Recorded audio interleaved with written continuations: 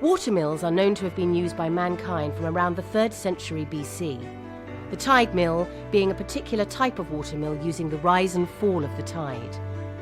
It was only the discovery of steam power which triggered the Industrial Revolution that saw the end of this use of natural power, used for around 2,000 years.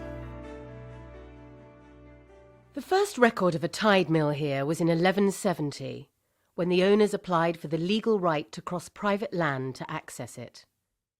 Our knowledge of the early mills on this site is quite limited, but it is certain that the Augustinian canons of the local priory had ownership for several centuries until 1537. On the dissolution of the monasteries, the estate of Woodbridge Priory, including the tide mill, passed into the hands of Henry VIII in 1537. It remained the property of the Crown until Elizabeth I came to the throne. In 1564, the Queen sold it all to Thomas Seckford, a statesman close to Elizabeth and a Woodbridge town benefactor, remembered today through the Seckford Foundation. By 1792, it was owned by the Cutting family, who began the construction of a new mill in the following year. Cutting was a merchant and farmer who also extended the quay to take vessels of up to 100 tons and enlarged the warehouse. The premises were mortgaged to cover heavy debts, and by 1811 it was sold. It is this mill, dating from 1793, that we are preserving and celebrating today, over 2 centuries on. The Industrial Revolution saw the beginning of the end of this long-established type of mill. The steam engine was more efficient and convenient than any natural power source, and the roller mill was many times more productive than millstones. Traditional milling declined. Out of around 200 tide mills in England before the Industrial Revolution, only 9 or 10 were left operating by 1938. In about 1900, the tide mill and the granary next door were clad in corrugated iron, probably to save money on maintenance and painting. This was very unpopular with local artists, as the distinctive white weatherboarding was covered up. However, this money-saving yet rather ugly addition helped preserve the mill and keep it standing for another 70 years or so.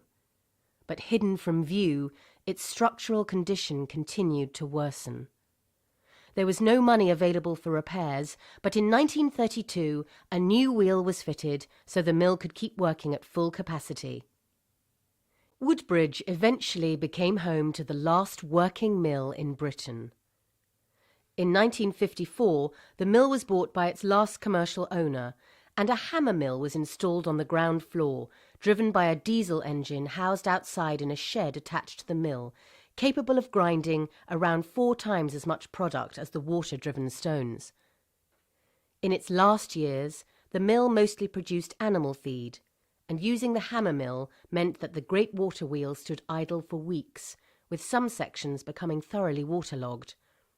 The result was that when the wheel was moved, it was completely out of balance, and eventually this stress caused the huge oak main shaft to break in 1957.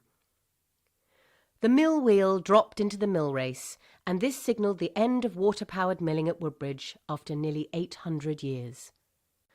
The Society for the Protection of Ancient Buildings began a campaign to raise awareness of the historical importance of the mill. The hope of salvation came when Jean Gardiner bought the mill at auction in May 1968. She purchased it with the specific intention of restoration and preservation. £50,000 was needed to start work, a trust was created, an appeal for funds initiated. Restoration work started in 1972. The mill opened to the public for the first time in 1973. Once again clad in its brilliant white weatherboarding. There was little support other than a large amount of goodwill, and admission charges, donations and souvenir sales were all needed to maintain the mill in good condition. Shortly after the beginning of the new millennium, new signs of stress and deterioration were becoming apparent. The small new pond had become badly silted, reducing the time the water wheel and machinery could be demonstrated and making it impossible to do even a limited amount of grinding.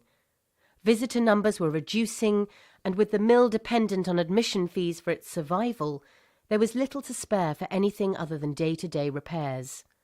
By 2009, some of the wedges holding the huge water wheel on its massive shaft slipped, and once again the mill wheel was unable to turn. The Trust had already determined that a new restoration project was needed if the mill was to continue to be preserved over the long term. This time, though, over £1 million was needed, and local sources, which had previously proved sufficient, could no longer be relied upon. An application for funding was made to the Heritage Lottery Fund, but without success. The project was amended and improved, and the Heritage Lottery Fund was approached for a second time in 2010. Early 2011 saw success, and the mill closed for the 2011 season for the improvements to be made.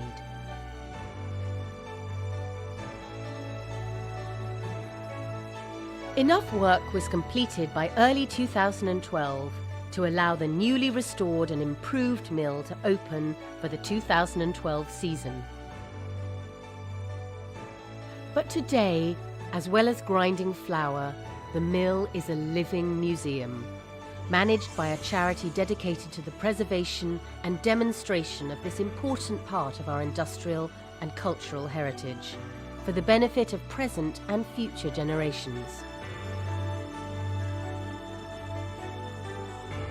Of all the mills mentioned in the Shell film from the 1950s, the only one left still fully working at the time of making this film is Woodbridge.